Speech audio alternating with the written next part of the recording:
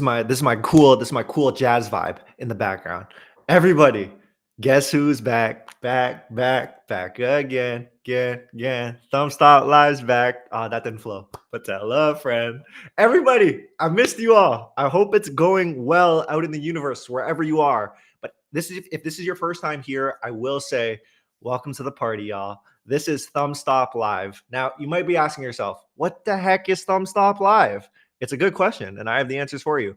So kicking us off, Thumbstop Live is the daily show presented by Motion.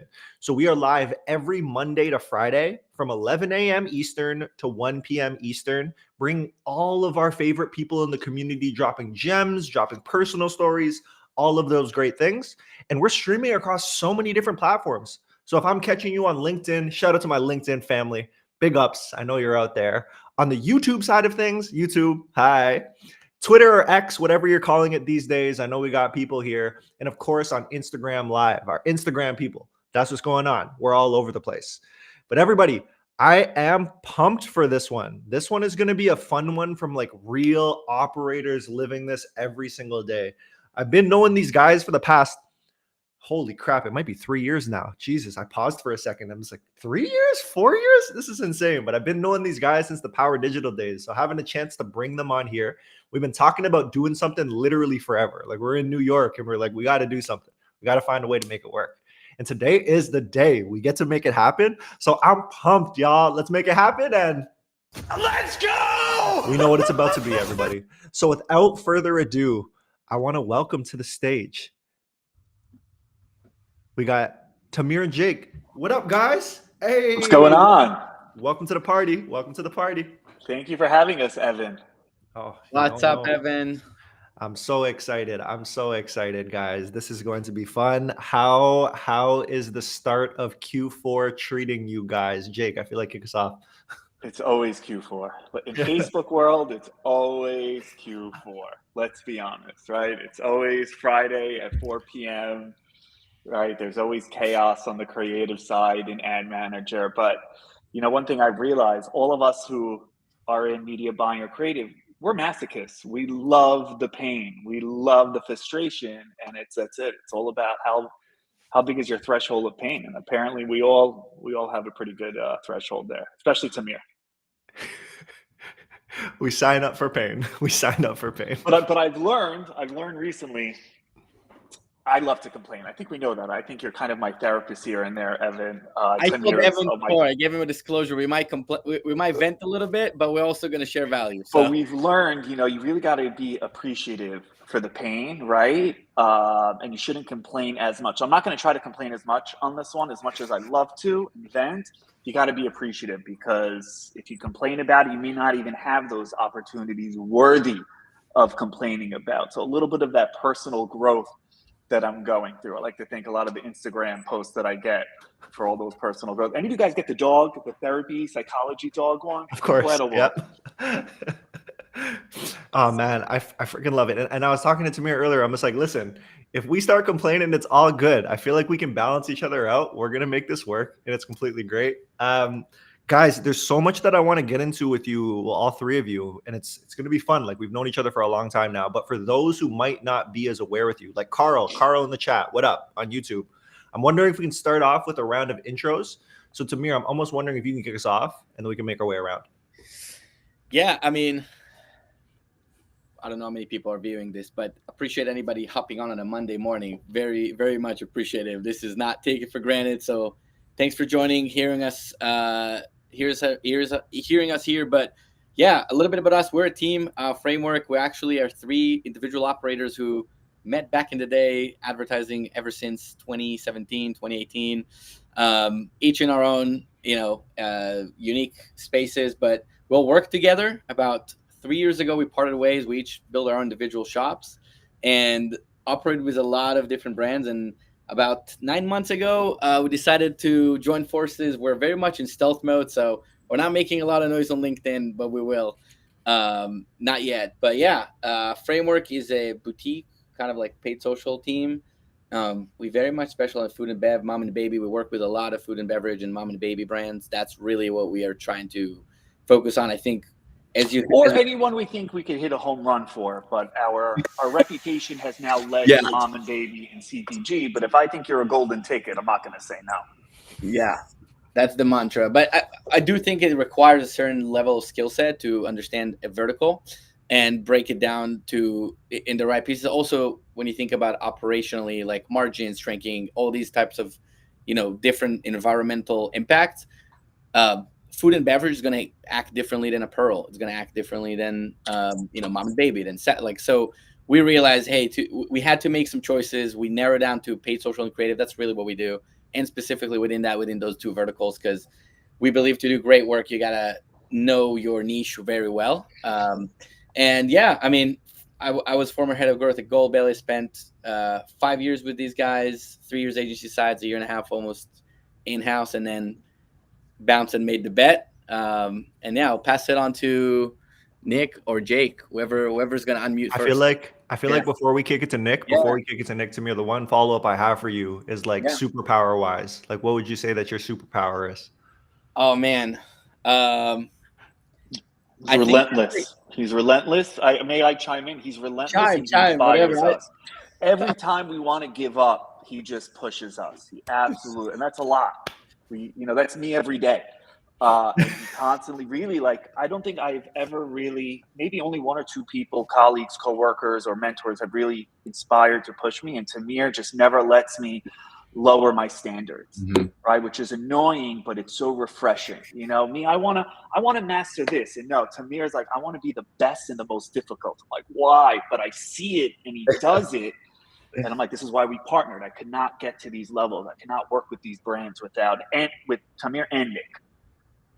And this is not just some verbal blowjob for the masses. It's, this is why you partner with other people. Hey, there should be verbal blowjobs with your partners. Like, it feels like that's necessary at that point.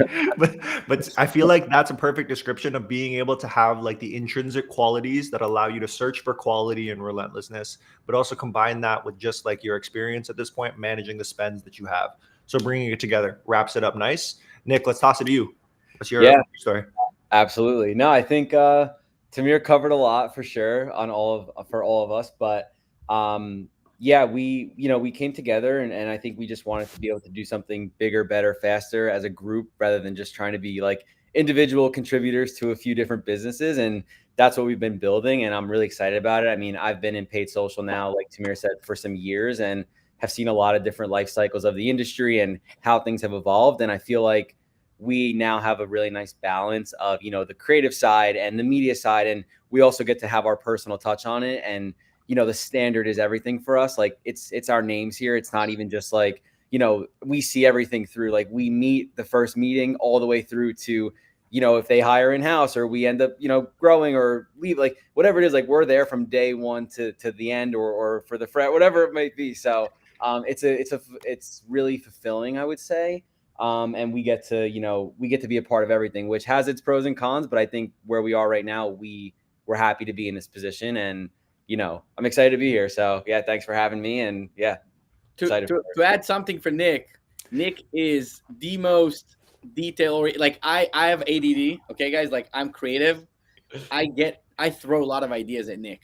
Nick is literally the only reason we're able to get a lot of stuff through is because you have the I don't want to say left, right side of the brain because I think we all have creative in us. But I also wanted to add, because Nick mentioned something very important, is I think every agency has a value proposition. I don't know if anybody on the agency side listened to it. People are paying for systems, they're paying for talent, for idea. You're paying for a lot of things, right? When you hire an agency, you want ideas, you want a good system, you want obviously the results, but a lot of it as a result of all the stuff you put together. And I think we all kind of agree that unfortunately our agency is probably going to be the least scalable from as a model, but it's going to potentially be the most fun and probably you get to charge a little more when you are the talent and you are actually doing things versus when you're trying to put a system and put people through the system. Now, these are both fair models. There's no hey, this model works for that reason, that model works for the other reason. We might want to change our model in a year or two. We don't know. But for now, this is kind of Nick made a good point of it, is we all have a personal touch on it. Everything touches one of us or all of us have to touch every single thing that goes out, even especially around creative. And so, yeah. There's something really important about having let's call them self-reflection skills, at least, to be able to say, like, what are we going to be, right? And it's like being true to yourselves of like, it's going to be hard to scale knowing what we are. Can't be everything. We can't be everything. Exactly.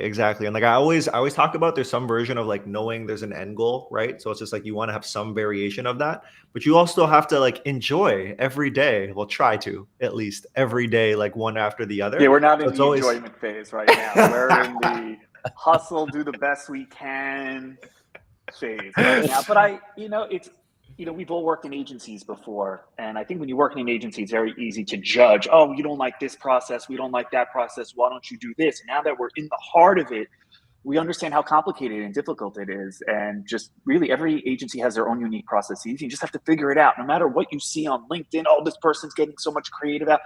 You don't know what's happening in the background. You just have to figure it out yourself. And I think the founders have to figure that out and train others. So that's at least our philosophy right now. Jake, we can't give Jake a reintroduction. Like Jake has to introduce himself. I can talk about Jake for an hour and a half. My introduction has always been the same. Hi, I'm Jake Mehani. I'm a Facebook ad assassin for hire. That was what was my thing for many, many years, right? And my greatest skill set is plagiarism. I do consider myself one of the world's greatest plagiarists. But now with AI, everyone's becoming a great plagiarist, which, maybe going through a little imposter syndrome. Do I still have it? But I have an eye for plagiarism. I love it. And then Jake, I feel like some of the story here is like, obviously that's the TLDR version, but you've also been through like a ton of agency growth, right? So I'm wondering if you can speak to the numbers a little bit, just of like what you put on the board. I don't have exact numbers, but I was employee number 2 at Social Method, which was the heyday of paid social. This was pre what I like to say is zero interest. What it was during a zero interest rate economy when all these startups were raising hundreds of millions of dollars, where it was all going to Meta. So Social Method was pretty amazing. It was a lean team. We focused on creative. We got acquired by Power Digital. Us three all did some really great work at Power Digital, which got acquired by a separate, I believe, a private equity company. So while I was never privy to the exact numbers, they were there. And I was kind of a hybrid role. I did sales because I love solving problems for different e-com brands, and I did media buying. I think in order to be a quality salesman in this space, you had to know what was going on both in the ad manager and with creative. So that definitely gave me an advantage. And now, when I left Power Digital, I had my own little thing running, which is great. But again, it's not so scalable. I wanted to be a part of something bigger. You can't work with really big brands when you're a one-man show. And so I always kept in touch with Nick and Tamir, very close touch. And it just made sense where we're like, all right, guys, let's do this. And I think we can do it better than anyone else. Sometimes every other hour we doubt ourselves, but we're getting there and putting out great work. So guys, the first question I have, I'm actually going to throw at Nick. So Nick, something I'm wondering is like, there's a lot of people who work agency life and it's the perfect starting place. You learn so much, you get to work with so many different types of clients. But now that you did your own thing and you're doing it with these guys now, how is that in comparison to working with the larger agency model versus you being able to curate it in any way that you want? I think there's a lot of benefit to working at a big agency early on in your career. Like I started at Power Digital where I met these guys. If I didn't start there, I would have never met these guys. I wouldn't be here today. So I always say in agency, you learn in you're growing in dog years. It's like 1 year is 7 years, it's like you're learning so much so quick. And I don't know if I said that in the right order, but you're learning so much so quick. Like it's expediting your growth. Like, you're running laps around someone who just is on one brand. Like for, in 3 years, you could be across 30 brands. So, or even sooner. But I think, working with these guys now, to answer your question, compared to a big agency, it's in a big agency, especially if it's full service, there's so much happening. There's so much noise. You're disconnected from a lot of that process, right? Like if you're on paid social and they're also doing like potentially Amazon, Google, SEO, all these things, like you might have no idea the status of the business. You just know this little piece that you touch, and you might not even be like in line with the goals of these other channels or in the business. So I think there's a lot of noise a lot of times and a lot of fluff. And it's kind of natural, just like based on the setup of it all. So with us, we have a few services. We do a few things. We do them really, really, really well. And that allows us, one, to stay focused, and two, to be really connected to the outcomes that we're trying to drive, you know? So for me, I think our whole team is very accountable and our standard is very high. So being able to stay very close to the services we're providing, like that to me is like a full circle. So I think you get more of the full circle when you're like more of a boutique. Even if you're not touching more parts of the business, you're connected to your part of, you know, and then you connect that to the business as well. So I think, like, I hope that answers your question, but I think it removes a lot of the noise and allows us to stay really focused on what we're trying to do. You can be closer partners in a sense, like being able to touch as much that you do. So I Too really close. love that. Too close. Stop this, Jake. Stop this. Never too close. Be able to help those brands. They want to hear that. Okay. You know what you guys do. Tamir, I'm going to throw the next one at you and add one variation to what I had asked Nick. So you had been brand side specifically. So that brand side, and now you've come back to the agency world. Talk us through that experience and what it's been like, what you've learned about yourself.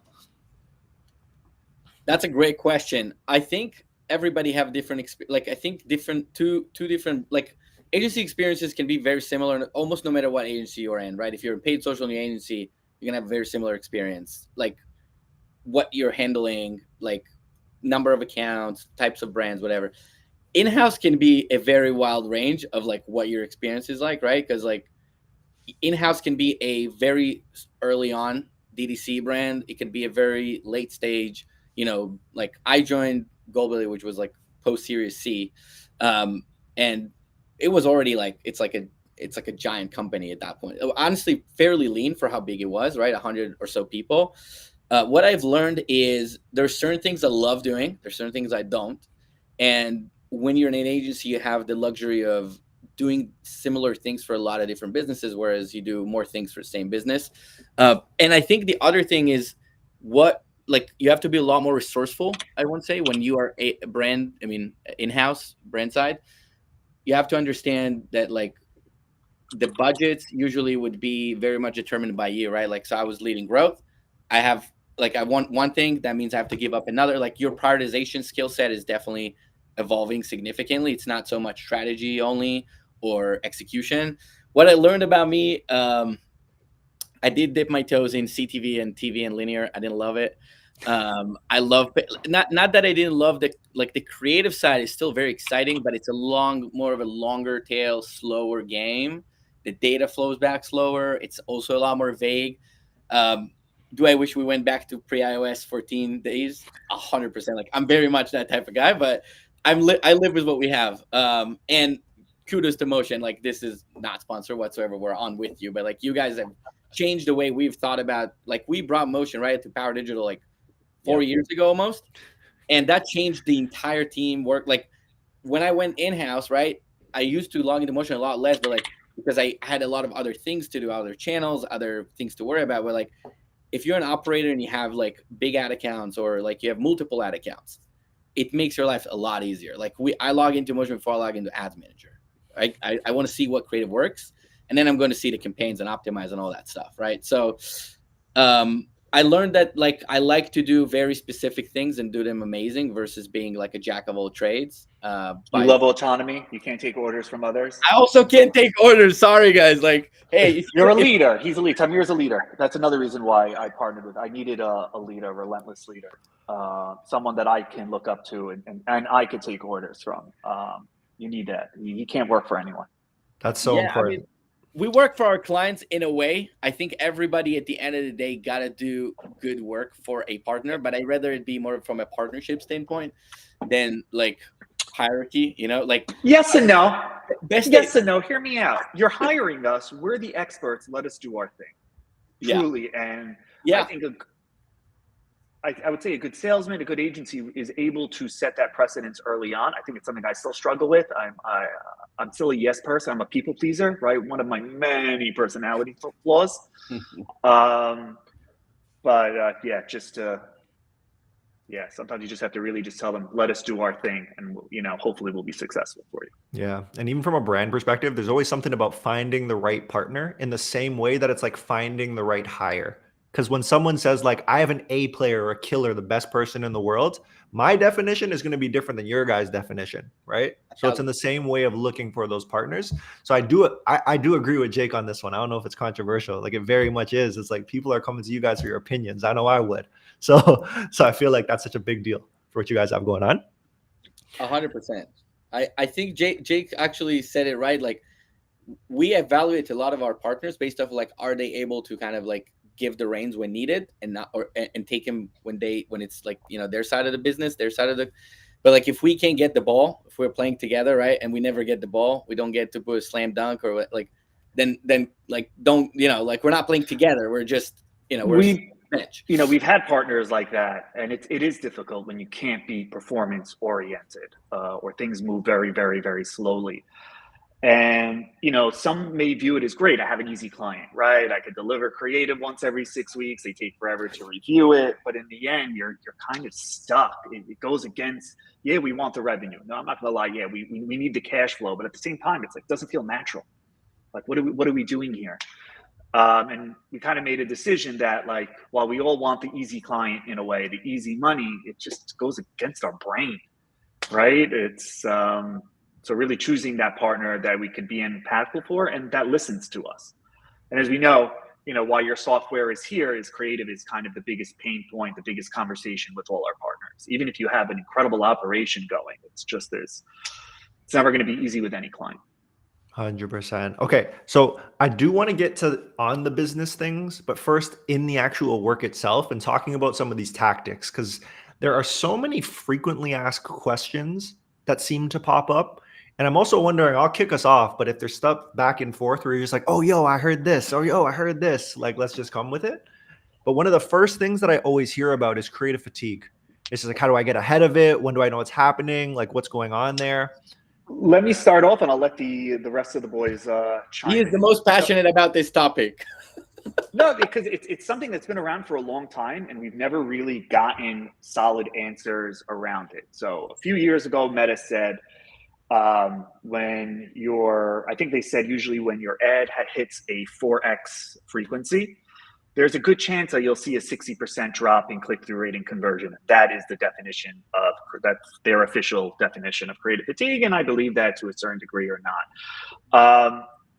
My thought is, yes, an ad can fatigue, but you could always bring it back, right? You just pause it, you put it in the back burner, or you lower the budget tremendously until there's a new set of demand, or reset that kind of market demand until new people can see it.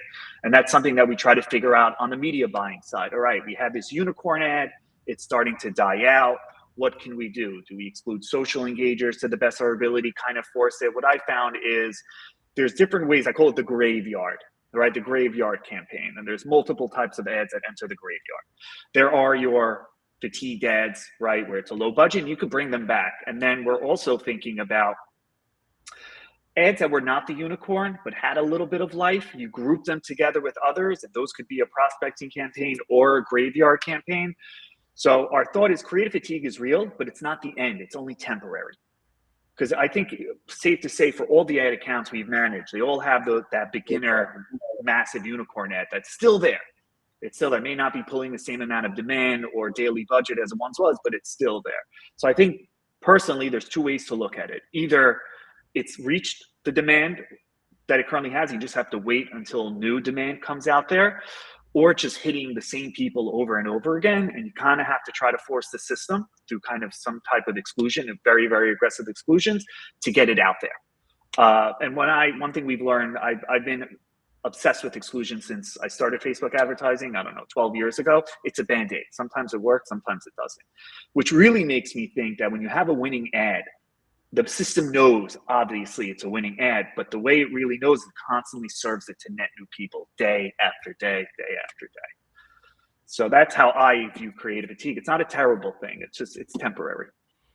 So I have to ask a follow-up, because we've talked about this offline, but something you had mentioned in there is like in demand versus like out of demand, or like need to create demand, essentially.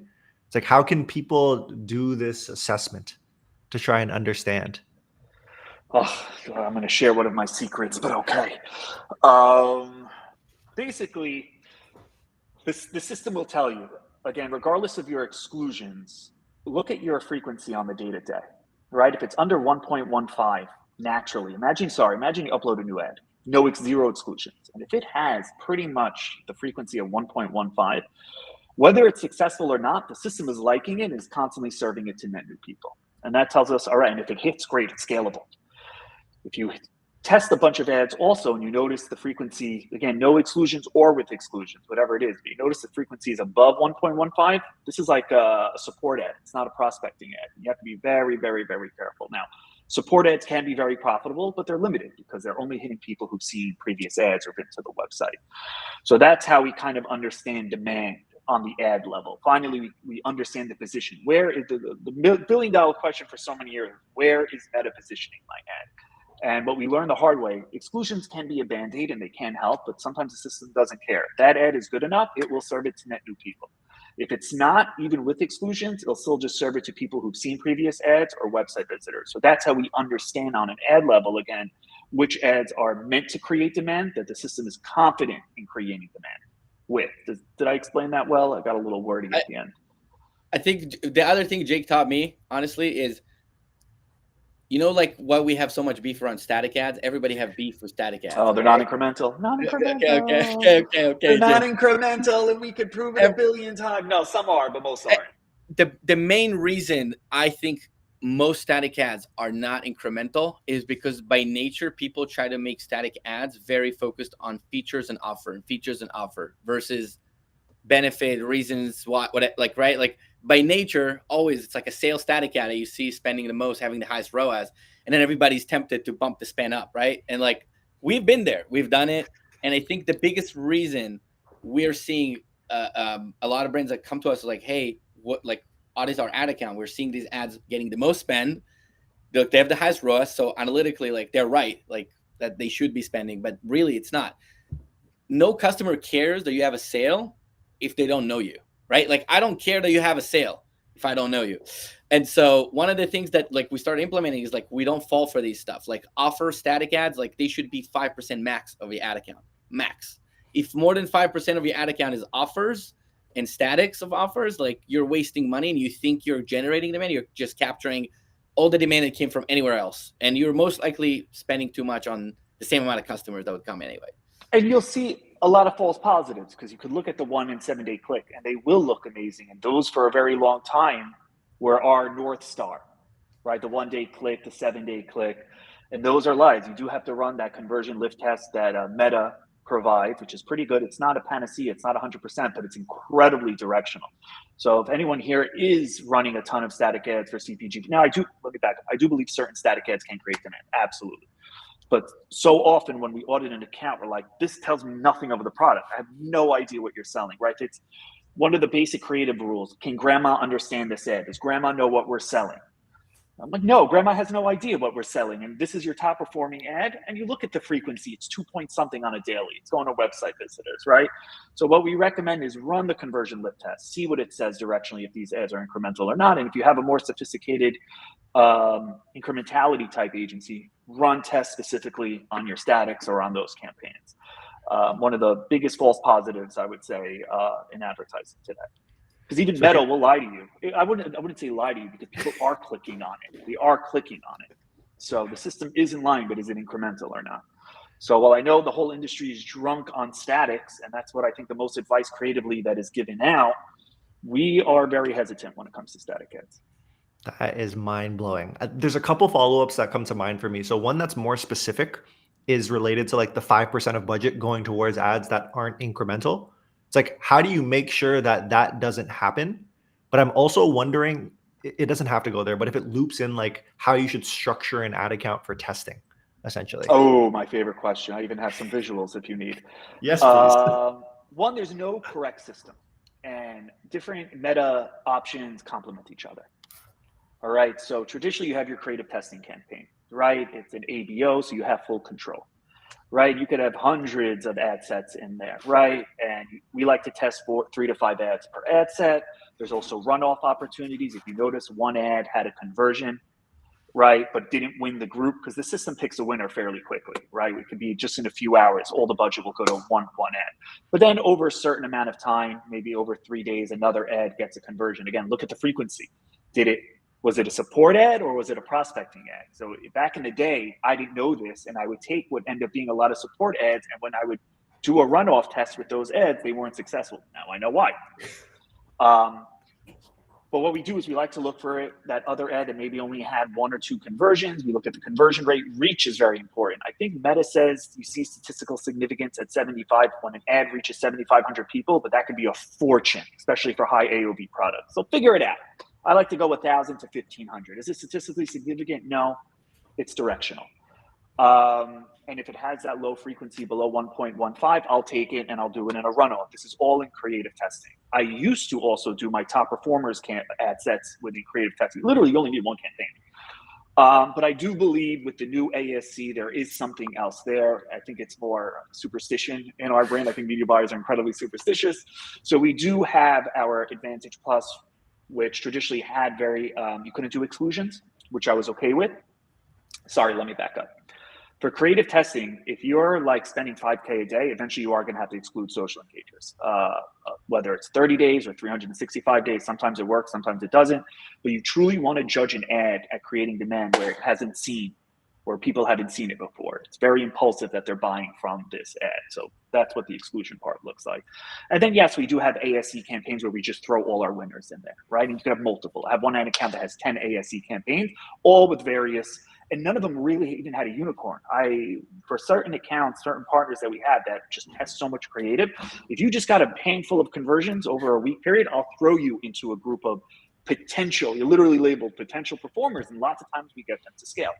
But again, we're also keeping track. We're being incredibly mindful of how many ad sets we have that are creating demand, again, with a frequency below 1.15 and those that have higher. Because now we know those, usually our top performing campaigns do have their mix of prospecting, remarketing, and we're able to adjust our budgets or scale very methodically because we know there is a diminishing return. They are dependent on those more prospecting ad sets. I know I just threw a lot at you guys again. I hope it made sense. Plug it to ChatGPT, it will make sense. Right. Are you guys using Whisper? Are you guys using that Whisper flow thing? Oh man, it just records your voice into anything and then you can summarize it, whatever. I love it. Granola is the big one that we hear a lot about. People are using granola in the backyard quite a bit. Oh, I got to try that. So that's basically our ad account structure. One campaign designated to creative testing, the other one for scaling, and then we'll have a few others like the graveyard, right? It's just where we throw everything that may have gotten a conversion or potential.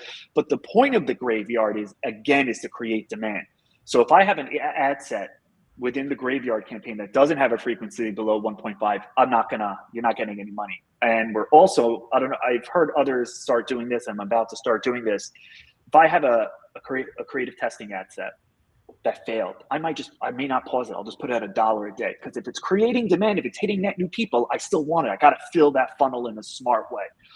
And you just talk with the client how much budget they're going to give you, allow you for that, because I don't expect conversions, right? That it's just I love the fact that I know this is being sent to new people every day, which is a big win. So you can do $5 a day, $1 a day. And now for remarketing, which has been, I think most brands are wasting about 25, 35% of their budget on remarketing or not setting up their ad accounts correctly due to incrementality. But we'll run a reach campaign, right? What do I love about a reach campaign, right? Traditionally, reach campaigns for prospecting, like I always like to say, you're better off just burning the money and keeping warm in the winter than expecting any conversions from them or anything meaningful. But for remarketing, I think there's a lot of value because when you run a conversion campaign for remarketing, you're only targeting 20% of that pool, and you're paying an insane CPM. Run a reach campaign, you're not going to see one conversion, but run a conversion lift test in the background, especially for sales, because you're getting a $2-3 CPM, and everyone in your remarketing pool is going to get hit with it. Now, it doesn't have that same power as a conversion campaign, but it's more of, hey, remember me. After somebody comes to your website, they know they're going to buy or not. We do have to remind them, just like in sales, hey, remember me? Following up here, don't pay that $80, $100 CPM. Pay the $2 CPM and hit them 15 times. But just remember to run the conversion lift feature in the background. Sometimes it works, sometimes it doesn't.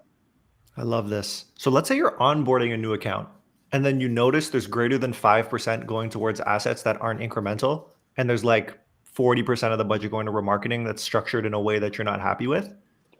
What are you doing about that? Like, is it really that you will restructure the run the account and conversion lift in the background? depending on the budget. You do need about like 5K for it to get statistically significant data. So we'll have these conversations beforehand. In the audit process, we're going to rip into them. I know this looks great in Ad Manager, but it's unlikely true. And very much often we still see people use the 7-day click, 1-day view as their default. So as soon as we just within Ad Manager show them the 7-day click and they see a massive increase in their CAC or a decrease in their ROAS, that's enough for them to open up their eyes and like, oh my God. And then they allow us to do our thing and just rip off the Band-Aid. So in that case, you're just removing the view essentially. And there's like so much view that's happening in what you would describe. Yeah. Yes, exactly. Now you can, for high AOV products, we do encourage a 7-day click, 1-day view as your default attribution model. But when you optimize your budgets, you have to look at the 7-day click or that new incremental attribution one. Again, very complementary. Another thing to add to our ad account structure, we will run top performers in that incremental attribution as a complementary. It's not your whole ad account can't be it.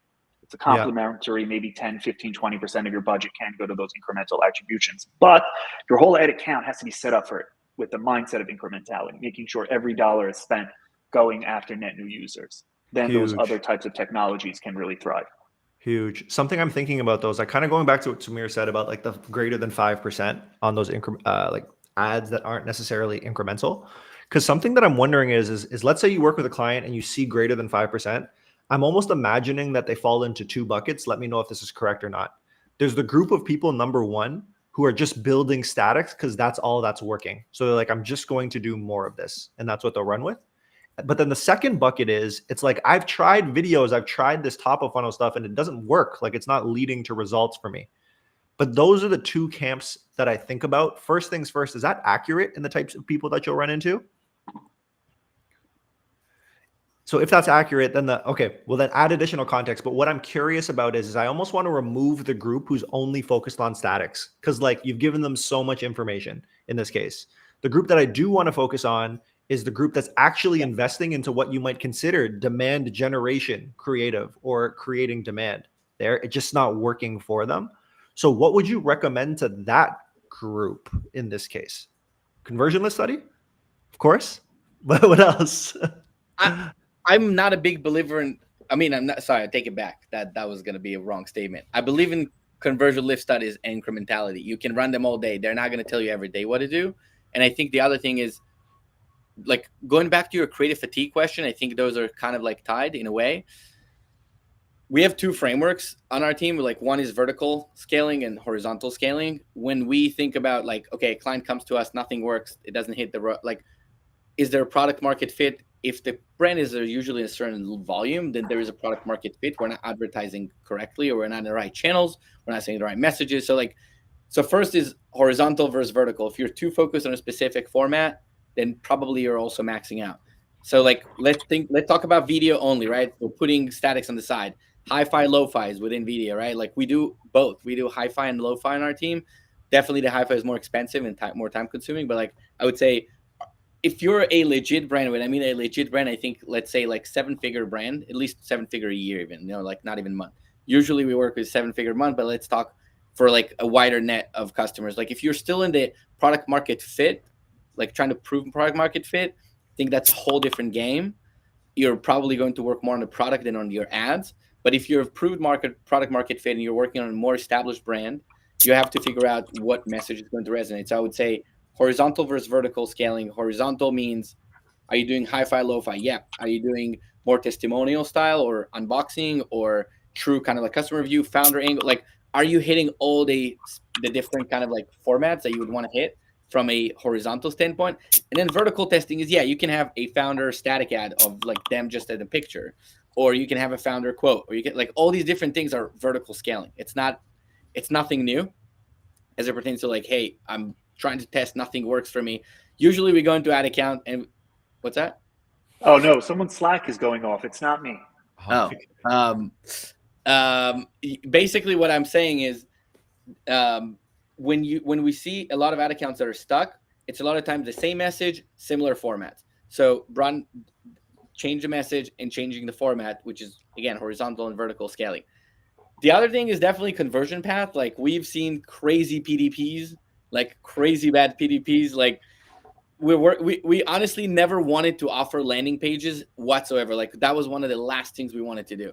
and we come across great businesses with great ads and bad kind of like in between touch point, which is like the PDP. So there's just so much to go into, but I think about a conversion path, think about horizontal versus vertical scaling. I did it the opposite, horizontal versus vertical scaling. So if you're scaling the same formats again and again and again, you're not hitting new people likely, because similar people react to similar types of, creative, like, so when you see an organic interview style, street interview style work, right? It's not that you have to hop on the trend because, oh, people are like doing it, all the other brands are. It's people like to consume that kind of content. It shows up on their feed. If I love consuming that type of content, the algorithm is going to share with me more ads that have that familiar content I'm engaging with. I'm not doing it for the trend. I'm doing it so that I can make my message more accessible to you. And so I would say like diversity, I know that's like a very like broad term, creative diversity. Like we actually think the main thing about Andromedia. What's that? Andromedia, the new update. Yeah. I'm just throwing out jargon. Yeah, there was an update 2 weeks ago. Jake can tell you all definitely about messed one of my accounts. I messed up a static. Static can work for lead gen really, really, really well. It messed it up. But yeah, Evan, I don't know if that answered your question. If you have any follow-up, I'm happy to answer. But I think there's the touch points we usually think about. We take on an account, we are seeing we restructure it, and then we think about horizontal and vertical. If there is a format that crushes it, we definitely want to vertically scale it. But if nothing works, you might as well ditch that type of format, that type of like you need a whole new, fresh way of thinking about the product. Obviously, one of the best ways is to look at competitors. It's just to understand what everybody else is doing. But then you also still have to think, where is my space in the market? So one of the exercises we do is where's the white space for your brand exercise. So like we spend about an hour, each of us kind of researching what do we think each of us about the brand, how, like who's going to buy this? And then we're looking like, why do you think this person would buy it? Why do I think this person would buy it? Like literally with very simple lens. Like we do it with products that we will never buy, but we still do it for the exercise, right? And if everybody have a different reason of why they would buy it, then probably the customer who is seeing it for the first time is also going to have those questions. And so you need to find a white space. You need to kind of like position the brand in the best way possible. And then we also have this, I forget what it's called, that diagram, Venn diagram, like we're like, that's one of the most difficult ads to nail. I think a lot of brands have recently started to do it. Like we've definitely done it earlier in the days.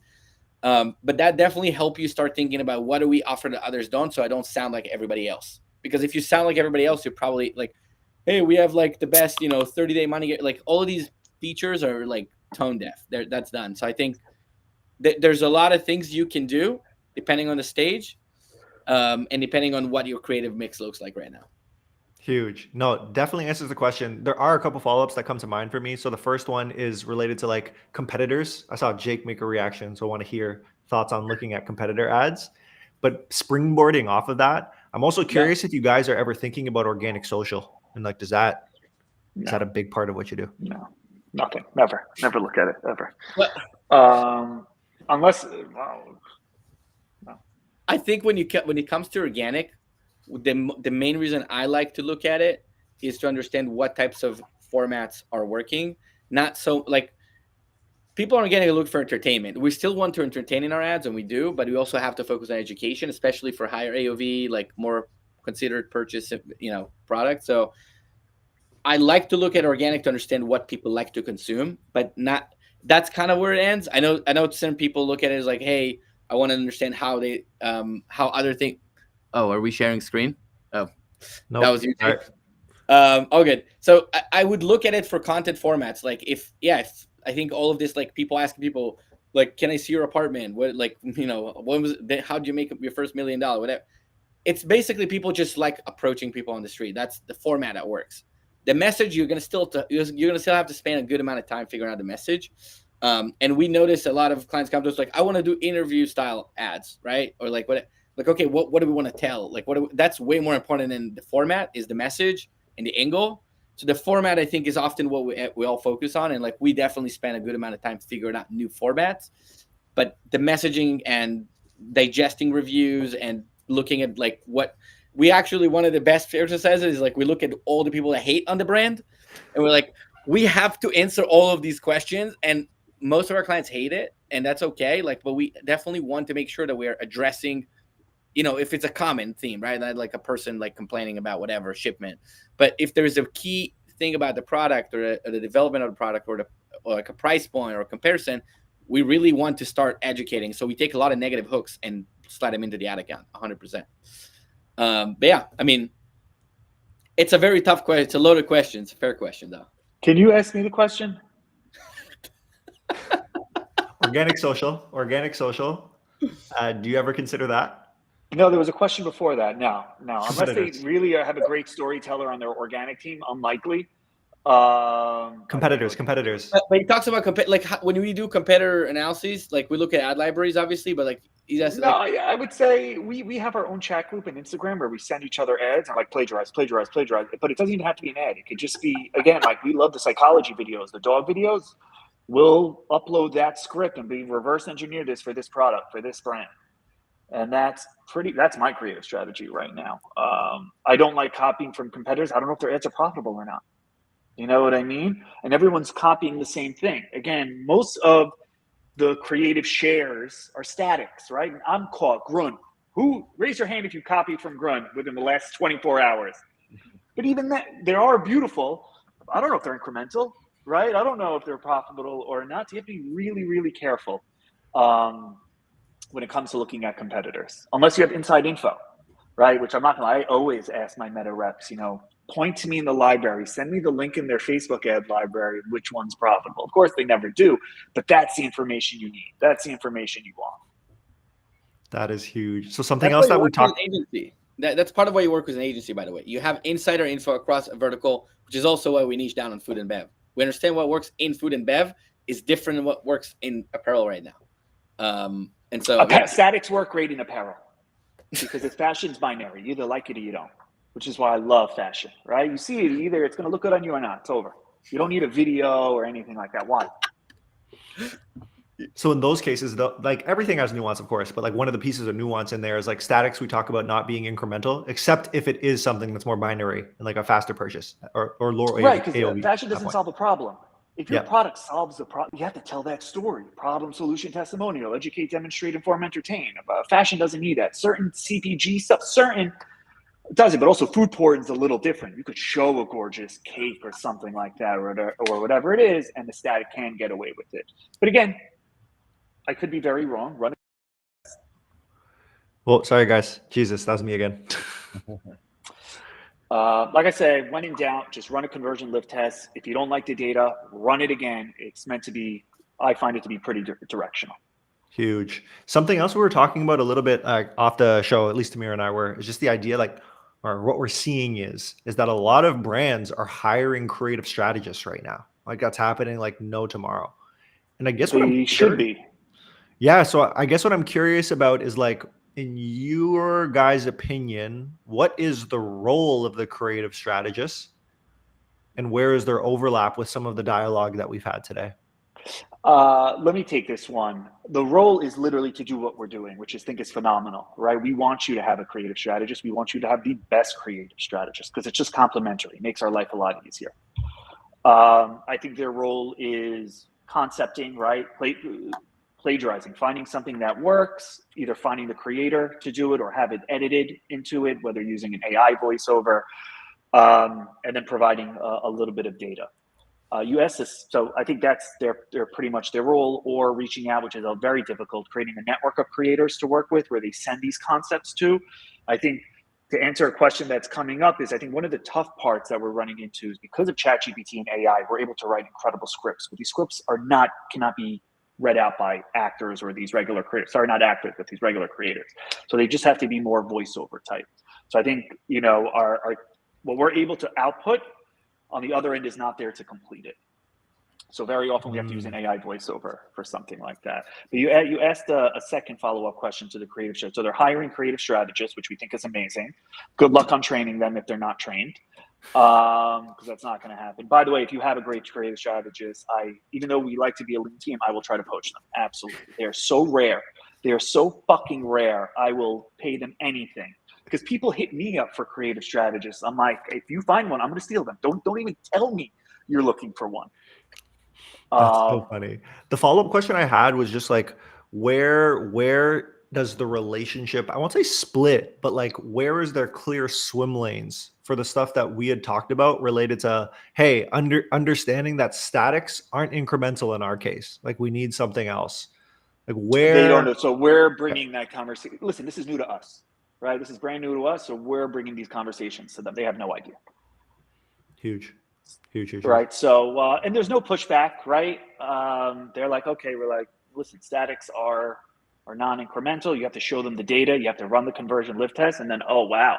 So yeah, it does make life a lot harder because static, you can knock out 100 static images in 24 hours, where video takes time. There's a lot of back and forth. There's the scripting. So it doubly makes life harder. But again, we're all about driving the most revenue for real revenue that is tied back to the account, and that's scalable. So, but I think they're pretty receptive. I think House and a few other incrementality agencies are getting the word out there. I still think we're, when you think about the S curve of adoption, we're not even still at the beginning. But I hope over the next year or so, it becomes just like it took forever for people to understand creative is everything when it comes to Facebook ads. Creative is targeting. That took, 10 years to get into people's brains? I think incrementality will maybe 3 years. Huge. Okay, let's see. 3 years from now, we're going to talk. It's probably going to be even sooner. In this case, the cycles are speeding up. Hear me out. Even whenever people share other top performing ads, like I'm too shy to write because I don't want to come off as a dick. But is it incremental? Like, great, I love it, but was it incremental? Don't tell me it has a 3x ROAS without what was the real hit on it? I think the other thing that I'm mostly handling on our end that Jake didn't bring on the creative strategies, like it's so hard to find the talent, vouch for the talent, get the shit executed, get it back to you with every single thing, like in terms of footage, right? Like, so if you're a creative strategist, depending if you're in-house or if you're agency, but if either one, you have to do it. But like agency is just a little more volume, usually. Finding the right people to support your process, like you can have the best ideas. Like we have amazing ideas. If the person needing to execute, like if you don't have enough volume and enough, I want to say trained creators that you can work with. Like one of the things we spent time on early on the first 3 months is probably went through hundreds of creators profiles, took the few that we thought were making sense for our particular like food and bev focus, like because they're great creators, they're amazing for fashion, they're not necessarily going to know how to deliver taste on camera, or it's just like in different demos, like you want mommy bloggers, do you want the dad blogger, do you want the Gen Zers, do you want like we have like even a couple of like older creators that are like 50s and 60s that we've like helped train and explain to them, like they're great in front of camera, they just don't know much about the product. So I think if you're a creative strategist, one of the most difficult spots is to operationally orchestrate everything. It's not going to be easy. I think we actually still do it in Sheets. We don't use a platform or anything. Like it's very easy. We even have their data flow back. So like how much money went against all of their ads per month. And we see every single creator that we work with, like, is their Thumbstop is a certain level? Is their creative getting the right, I would say like click-through rate, and then obviously ROAS and all that. But like for them, for the purpose of them making their ads better, we're giving them these types of data points that are on platform. I'm going to go back. I'm very skeptical. If a brand has a creative strategist, I think they just hired someone and slapped the title as creative strategist on them. Because if you're a decent creative strategist, I would say you're worth at least $250 on the market. They're not paying you $250. A new brand doesn't have $250 to pay you. And as we know, if you are a decent creative strategist, you're going to become a consultant. You're going to try to get as many clients as you can. But I do think sometimes we're like hopeful. I hope you're amazing. I hope you're someone I can even poach. I'm not going to do it. I'm never going to poach from a client. Maybe. But anyways, it's I think I'm a pretty cheerful, optimistic person. But when it comes to that specific position, when a client says, "Oh yeah, we have creative down," I don't think only one client or two clients I've been working with the last week that had creative down, where whatever I told them, they ran with it and did it way better than I could ever do it. Otherwise, they don't understand it. They're just hoping to have someone who figures it out. And they rarely ever do, and they don't even let them go, which is going to go into my favorite brand. If you have someone in a revenue generating position like creative strategist, it's one of the most important revenue generating positions. They don't get it within a few months. They have to go. Right? Everyone has this prisoner of hope that one day they'll figure it out. My theory is anyone can be a great creative strategist. There's enough information out there. There's enough YouTube videos, right? You can watch Dara's videos or Barry. There's enough out there that you can consume in a month where you'll know everything we know. But they don't. So what are you doing? You got to you're a prisoner of hope. They're never going to turn around. It's over. You got to let them go. I think that the team dynamic also matters, though, Jake. Like, sometimes you may have like a head of growth that like super creative, and the creative strategist focus on the execution. So like what Jake's saying, like a true creative strategist needs to own the thinking. If you're just putting briefs and hitting up creators, and you're not necessarily doing like the heavy thinking, then like you're more of a creative operation and a creative strategist. I'll take creative operations any day. I'll take someone who's just give me people who are great at creative operation any day. So that's the definition. That's the definition you're leaning into, Jake. It's just like even on the operational side. Yeah, I'll take that all day long. You don't even have to think. I'll do all the thinking for you. Just operate. That's kind of what I was asking about, like related to the swim lanes. Because it's like if you are these brands and you are making these hires, it's trying to figure out where does somebody fit in this process. Like there's one area where it's, hey, creative strategists, like what are the personas we're going after? And then within those personas, like what do they ultimately care about? And it's like, are they leading that thinking? Is that what you're looking for? Or eventually, I think it's reverse. Execute, and we'll teach you how to think of all those things later on. Jake is just burnt out from people who are not able to execute and just think. So like he's saying, like, let me do the thinking. I need you to execute. But if you show me I can execute, I'll let you own the thinking, right? Like that's kind of a part of, that's the big struggle that a lot of brands have. It's like everybody is great thinker in the brainstorm session, and then nobody's getting the creative done in a way that everybody were talking about it in the room, right? Like, so I think that bringing your idea to reality is really the most difficult thing. And it's not just in paid ads. It's relevant in any creative position. Like you have an idea for a landing page. Okay, who's going to develop the landing page? Are they great? Are they designing it well? Okay, no. So bringing a vision to life is what I think the biggest struggle. So like we got the thinking, and we're right now, hey, can we just pump out more with that thinking versus we want another thinker who is not able to orchestrate the production. So I think the process is definitely where a lot of the pain point is for most people now, because AI gave you all the ideas. You have the ideas. The ideas are here. Like they're here. Yeah, Motion is now an idea generator. It's all there. It does my whole plagiarism process in one click. Right. So operational. Why aren't teams using it, right? Why aren't certain creative strategists or operators using it? That's, I think, the billion-dollar question. If I could figure out how to work my technology, this would be so much smoother. Jeez. No, but this is so interesting to me because like probably the number one question I'll get from brands when they hit me up via email is like, yo, I'm hiring a creative strategist. And it's like, do you know anybody? And I think this is where there's necessary context, because it turns into the question of like, Jake, when I hear you speak about it, there's two types of like hires people usually like to make. It's either that you are junior and I want to train you up so you can be this, or it's like, I want you to come in and I never have to talk to you and you can actually. So that person's a unicorn. That person's Agreed. A unicorn. Most, if you find it and you could afford them, like I would even say I'll give you an extra 10K a year where you can't post your position on LinkedIn. That's how rare they are. So no one can come. Like the Meta people who work in Meta on the algorithm, they were not right. They're not allowed to put their position on LinkedIn. Same thing. Or really good engineers. I remember I don't know if it was real or not. They would pay their engineers an extra 10K not to post on LinkedIn. That's how rare I find these creative strategies. Even with AI and all these incredible tools we have to help us. Yeah, that's where it's so interesting to me, because like one of the other questions that comes to me based on those let's say a little bit more junior of a role, it's like, what type of background should these people have? And there's usually three that pop up. It's like a media buyer, creative background, or like a project management or operations background. Those are ones that I'll hear about. But from what I'm hearing, it sounds like you're open to all. Like anyone can do it. Whoever has it. If they have, all I'm looking for, initiative. You want to learn, you're eager, you're excited, like you get that energy from them. That's all I look for. Initiative. You don't have to know anything about paid social. You don't have to know anything, because when I helped a colleague hire a bunch of creative strategists, and I asked 3 questions in the interview process. 1, how do you prepare? How do you get inspiration?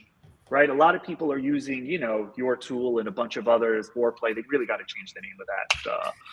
It's like, come on, guys. Do you use Foreplay? Shout out to Zach. Definitely somebody overheard me before. So that is the correct answer. But I actually prefer they use where they cut it out and they put it in their own diary. Right? It's just like the whole thing when you write something down, you remember it better. I don't like that they have these tools, because they can go away, these tools. The other is, how do you present creative ideas?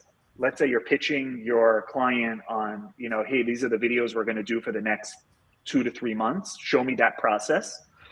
And just how do you analyze creative? The stop rate, the video watch rate, they all fail all 3 questions every fucking time. And all they have to do is get one right for me to hire them. So you could say maybe, Jake, you're not looking in the right. No, You're not we looking are in the looking. right, We're I willing think to we're not pay. looking in the right places. We're looking. So that's why I come from the school now. I'll just look for someone who has it, and we'll train you up.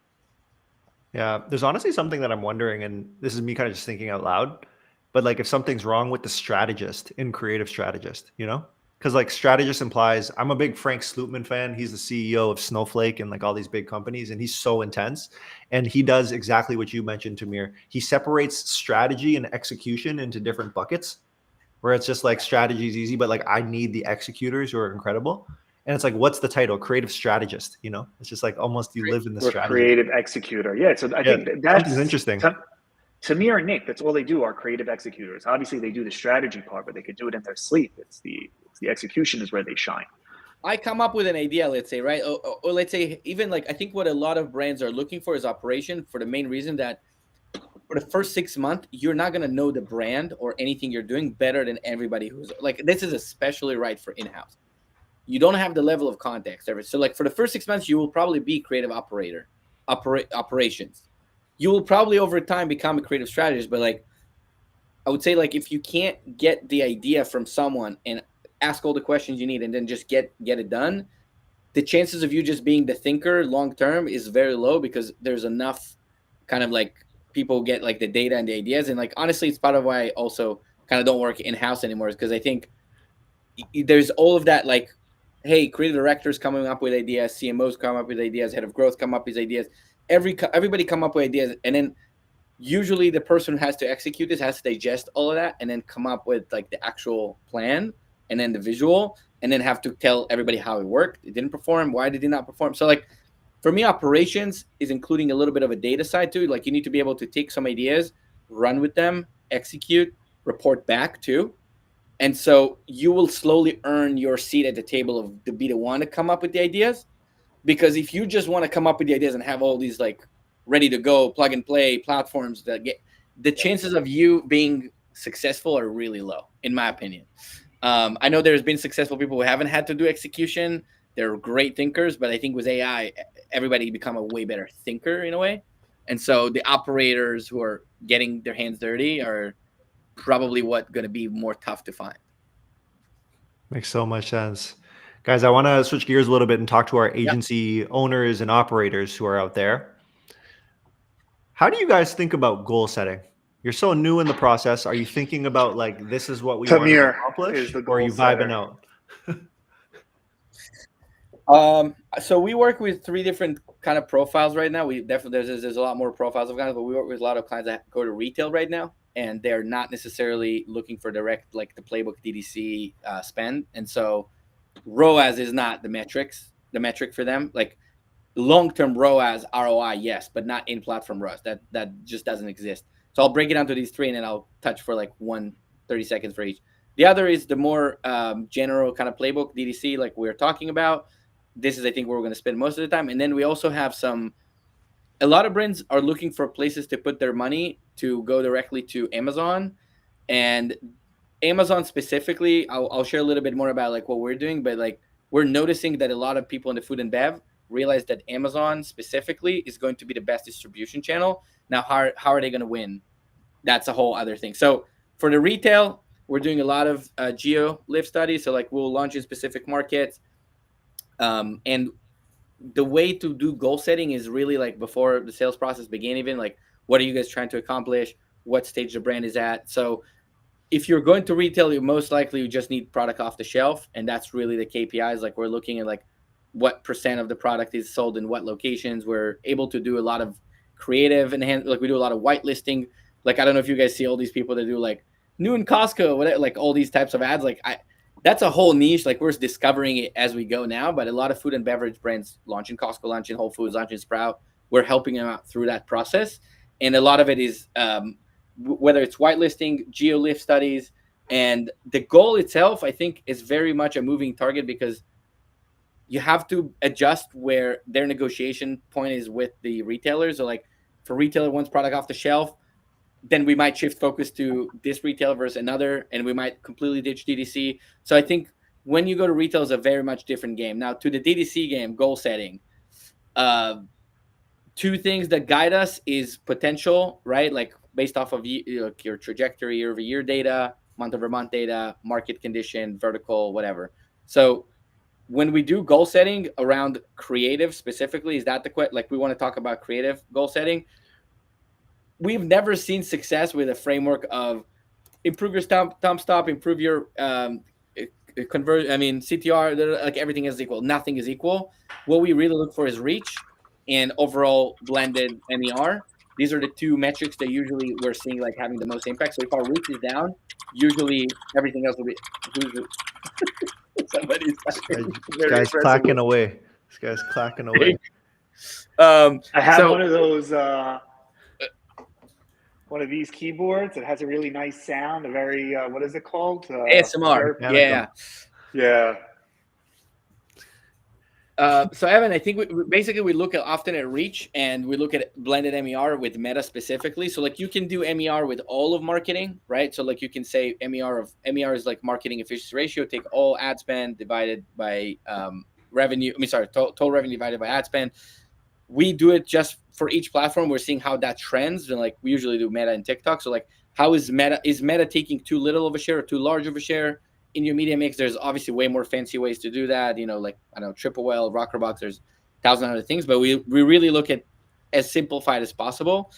The other thing is we look at number of ads per dollar spent, like new concept launch per dollar spend, and how does that impact? So like, sometime we've been like, hey, we need to triple creative production because we think there's a fatigue, whatever. There's a point of diminishing returns on volume, 100%. Like, if you're going to spend 100K and you're getting 50 creatives, like net new concepts, maybe that's a sweet spot for you to be if you're like apparel. If you're in food and bev, like we actually rather it be a little lower and then mix some lo-fi, hi-fi.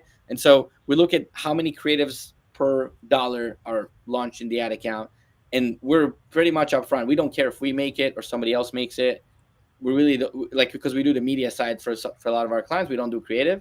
Some of them we do both, but essentially, like, we don't care who makes it. Like, this is a target for you as a business, is to test a volume and diversity of creative within the ad account, and we measure it quickly. Like, we can see how many ads are launched each single month. That's actually part of our audit process. Like, usually the worst month you've had are the months where we launch the most statics, or you have not launched any ads. So it's very tough to put specific creative goal. We put more media goals, but when it comes to creative, we definitely look at these. Super helpful. Now there's a question that came up in the chat. There's a bunch of stuff in the chat that I honestly ignored. So sorry, y'all. I apologize. But Ian Thompson is here. When we were talking about hiring creative strategists, Ian asks, break it down, guys. I'm a junior creative director. What do I need to do to land the call to get into the room for a CS role? I think this is on top of just like the skills needed. Yeah. Also just like the hiring process and like being in the right places is what it sounds like. Let me know if you guys have some opinions. Like, is the question how to get into the room for the CS role? So what I'm getting is like, how do you find those people? Is that the question? I think so. I'll take the first stab and then let me know what you guys think. But Ian, there's two parts to it. Yeah. There's like, what is the actual like skills that you have that align with the previous portion of the conversation? So it's like, are you operationally focused? Are you scripting? Do you have a relationship of people in the industry that you can reach out to build creative for you? So like, that's the skill set.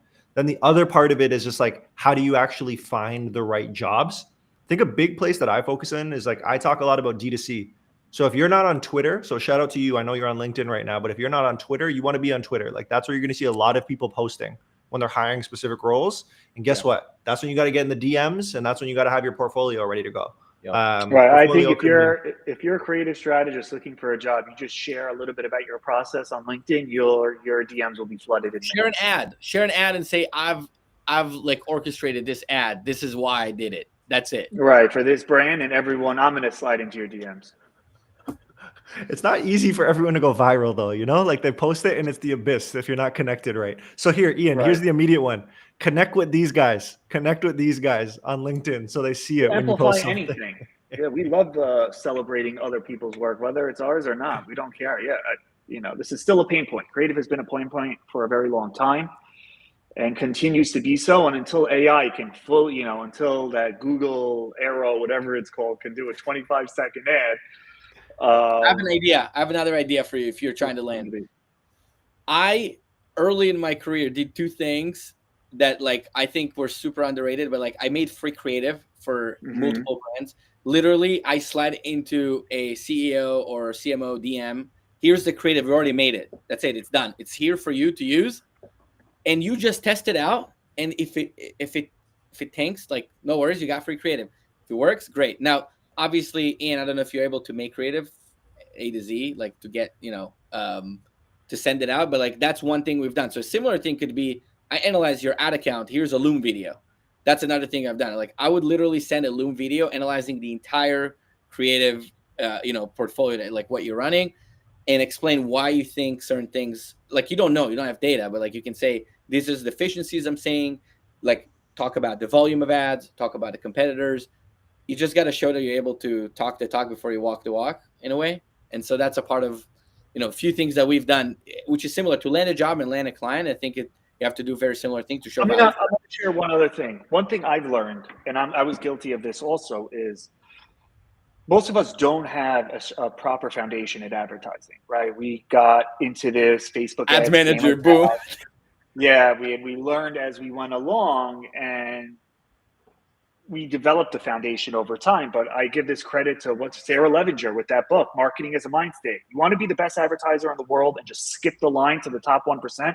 Just read that one book. Read that book and Why She Buys, and you will know everything you need to know, regardless of platform. There's going to be 10 other platforms in the next 10 years.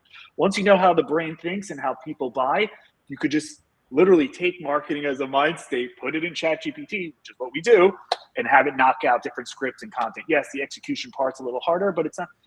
Just go on Facebook groups. There's tons of Facebook groups, UGC mom groups, UGC this, UGC that. It's a lot of work. It's very nitty gritty. Create a system, and you'll find creators and send them the script, send them the product, and hopefully it comes out good. I'd say the best advice for anyone is, as we build up this agency, also don't just be a creative strategist. Show your systems. Create systems. So often I meet very talented people, myself included, where we're lacking a system in something. Systems are scalable. They're sellable, right? Even if your system sucks, the fact that you have one, it can be worked upon, it can be amplified, it could be fixed. So I think the most important thing for creative strategists is showing off their system. I love that. And it honestly speaks to your company name, Framework, right? That's good. That's Tamir's obsessed with systems. Even though systems change every day. Systems goes back to my favorite quote of all time: "Man playing, God laughs," and that's Facebook ads. Man playing, God laughs. Guys, this has been incredible. Something I am wondering now is let's take the goal conversation and let's move it now to the each of you individually. So it's you guys have done so many things in your career at this point now, starting your own agency and kicking it off. Goaling wise, how are you thinking about what the goal of all of this is?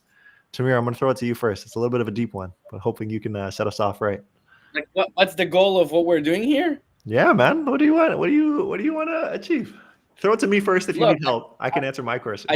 Yeah, I think we're all looking to provide. I think any job really, it's an exchange of value, right? You want to grow, you want to exchange value. You're not just trying to make money. If I wanted to make money, I think there were a lot of other things that we could have done. I could have probably scaled my individual operation farther, quicker, not farther. I could have done it quicker, probably keep more cash. But I think what we're trying to build is a dynamic that's going to create some key moment in the industry. We all read books about people who have had insane kind of career moments. So we obviously need to make money and we need to kind of provide value and grow businesses, but we want to have some, I want to say noticeable, fun moments where we produce insane creative that we are very proud of. I think one thing that Jake honestly have helped myself early in my career is if you think you're not proud of a certain creative, you're not shipping it until you're proud of it. But now it's kind of bites him back in the ass because he hates when I put it. I'm guys, I don't like this. This is not going out yet. And sometimes we tell clients like, sorry, we'd rather give it to you a week late and be super proud of it. And even if I make, some of our creators reshoot, whatever. So like, I really want to do something that we're all proud of. I don't really want to do any mediocre work. I've had to be in that position in the past, and I know there's probably going to be a point at which I'll have debates with myself. But like for this next phase of our kind of like career, we want to do great work. We work with a few clients in a very big way. We don't work with a lot of people. Like we really try to be lean. And one of the things that we preach to everyone is like tough, but like this is not scalable. I tell everybody, I'm like, that what the three of us are doing is not scalable, unfortunately. And so as much as I talk about systems, it's more about system to create the right creative, but we don't have a system to replicate Jake or replicate me or replicate Nick yet.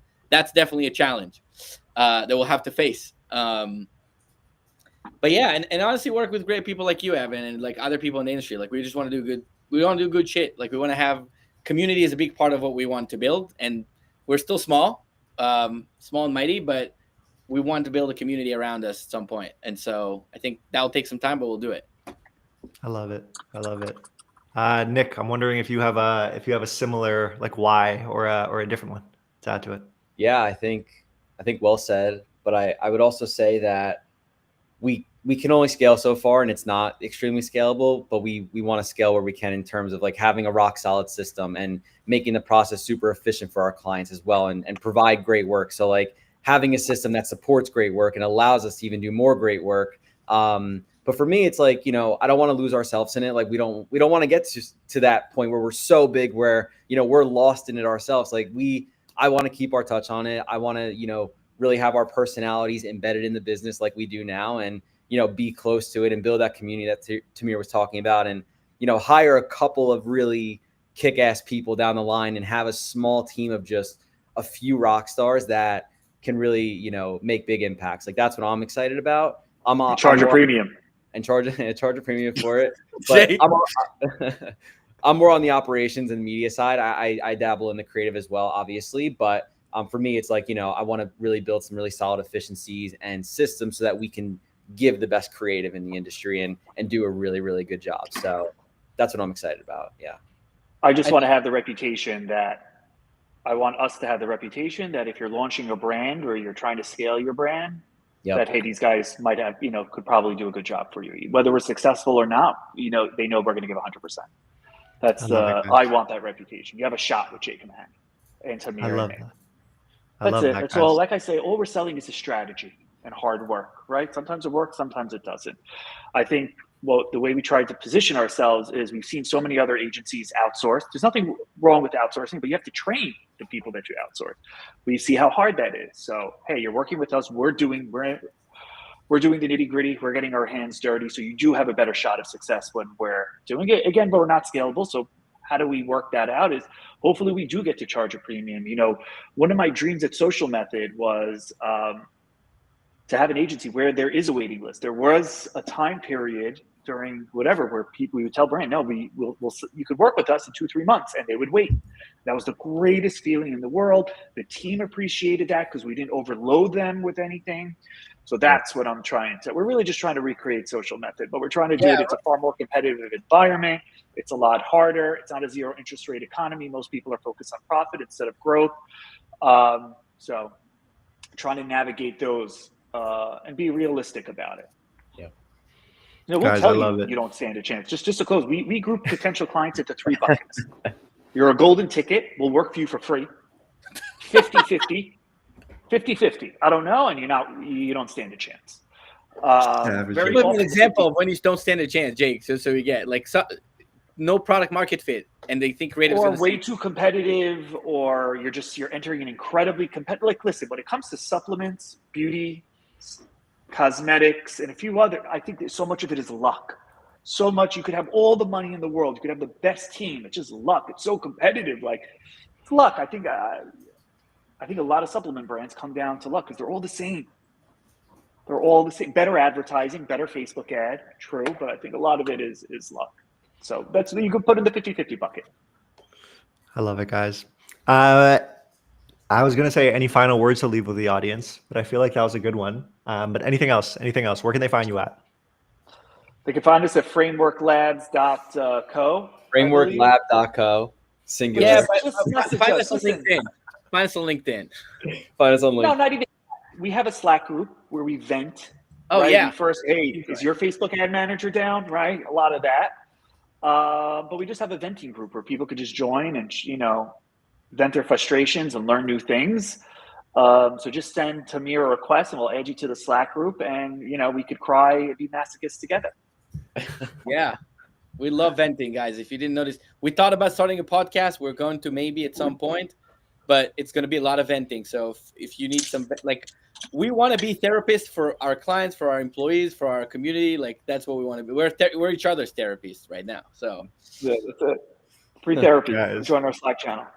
I love it. Everybody, we've made it here. You guys are the best, man. You guys are the best. Evan. I really appreciate the time. This is incredible. All right, Thanks, guys. We'll see you in a few months for the Maple Leaf game, okay? Hey, let's do it. We'll see you. Until next time. bye, guys. Later. Oh man, everybody. These guys' energy is always through the roof. Always through the roof. Whenever I have a conversation with them, they're really not lying on the vents. Like the vents that I get to hear, it's just to the point of it being funny. You know what I mean? Like it just clicks and it just makes me laugh. So that part alone is so great. And this was an example of if anyone has been to one of these sessions before, we usually talk a lot about the individual and what drives them in their experience. With these three dudes, they're so technical in their approach. And I hope you all were able to experience some of that. If you're a creative strategist looking for a new role, we covered, of course, how you can find those different roles. We've also talked about what are the different requirements for those roles. And then finally, we've mentioned a lot about how you can upgrade other basically spots of information like media buying. So you're able to speak more intelligently in those conversations that you're going through. This has been incredible. Ian, you've thrown in some really great topics of conversation. So shout out to you, Ian. Marina's here. Shout out to Maria. Hey, how's it going? It's good to have you here. But everybody, this has been today's episode of Thumbstop Live. So Thumbstop Live, just as a reminder, is we are live every Monday to Friday from 11 a.m. Eastern to 1 p.m. Eastern. And if you want to learn more about us, tap in with us at Thumbstop Live. Because as you know, we're streaming across so many different platforms. Catch us on Instagram Live, Twitter or X, LinkedIn, because I know we got a bunch of people there, YouTube as well. We're all over the place. So check in with us so you're able to catch the next episode. And we have some heaters this week. So this week, as you all can see here, we have Emmett and Aaron who joining us tomorrow. We got Rabba joining us on Wednesday. We got Connor on Thursday. We got so many people who are coming through. So you do not want to miss out. But everybody, this has been a blast for today. I sincerely appreciate the time. If anyone else has any questions, hit us up in the chat. You know what it is. But until tomorrow, we'll talk soon. All right.